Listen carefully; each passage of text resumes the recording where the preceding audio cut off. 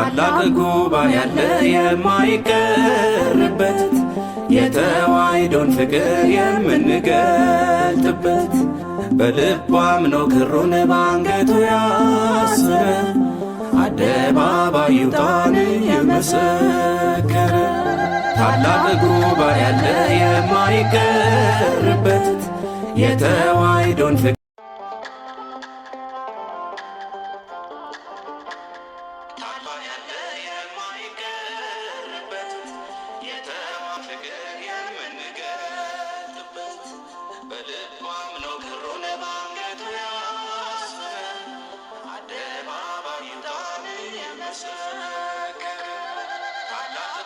Maqaa kan ilmaa kan hafuura qulqulluu waaqayyo tokko ameen.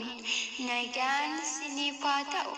Wangeela Luqaas 24:36 oduu gammachiisaa waldaan haadha teenyaa qulqullittii Dubroo Maariyaam damee Arsii Asallaa hundeeffama isaa waggaa lammaffaa sababeeffachuun yaa'ii hafuurawaa guddaa nuuf qopheessee jira. Guyyaan itti qophaa'e amajjii 1 hanga 3tti. Egaa eebba akka argattaniif waamamtanii jirtu. Tokkoffaa Phexros 3:9. Iddoon itti qophaa'e godina Arsii Asallaa aanaa Muneessaatti.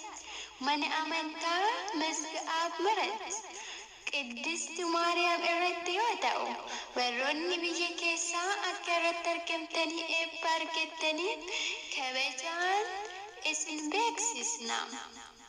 Gama onlaayiniitiin Imoo, yuutuubii, waasaappii, telegiraamiin nu argachuu dandeessu. Waldaa Dubroo Maariyaam jechuun sarchi gochuun nu argachuu dandeessu. Isin keessummeessuudhaaf qophoofnee jirra.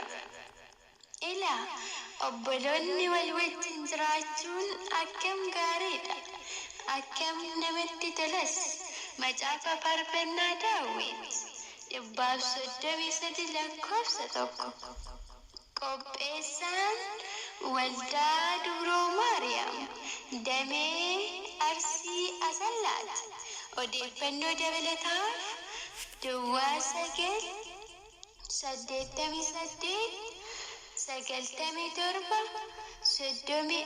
987-34-10 Faarfataa Taarikuu Walda Mikaa'el Duwwaa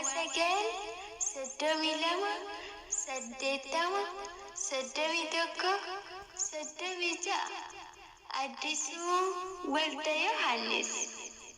Egaa heloo jechuun argachuu dandeessu. Gara mana Waaqayyoo deemna yeroo naan jedhan nan gammada.